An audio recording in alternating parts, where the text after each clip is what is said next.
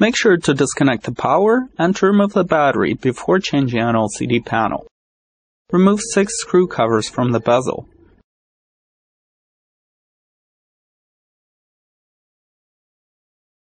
Remove 6 bezel screws. Please note that the 2 bottom screws are longer than the rest. Go ahead and remove the bezel. Start from one side and move through the top to the other side.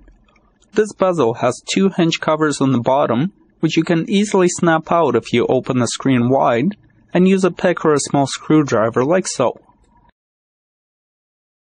Now we can remove the tiny screws holding the LCD panel in. There are a total of 10 screws on this model. Gently put the screen on the keyboard and lift the video connector tape.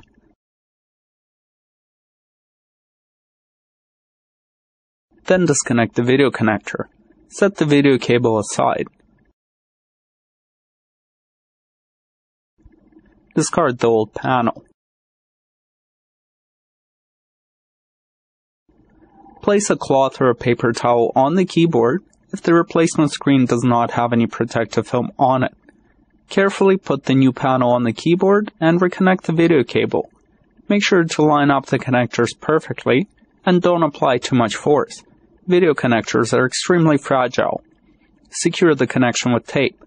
This is an LED backlit screen. It does not use an inverter.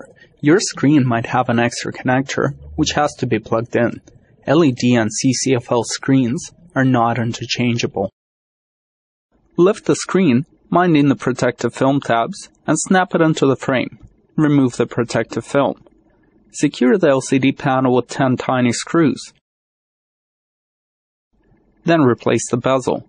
To get a proper fit, open the screen wide and snap in the hinge covers first.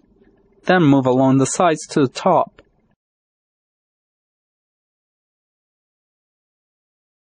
Make sure the bottom edge is snapped in as well.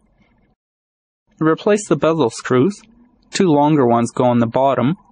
Replace the rubber screw covers. Replace the battery and reconnect to power.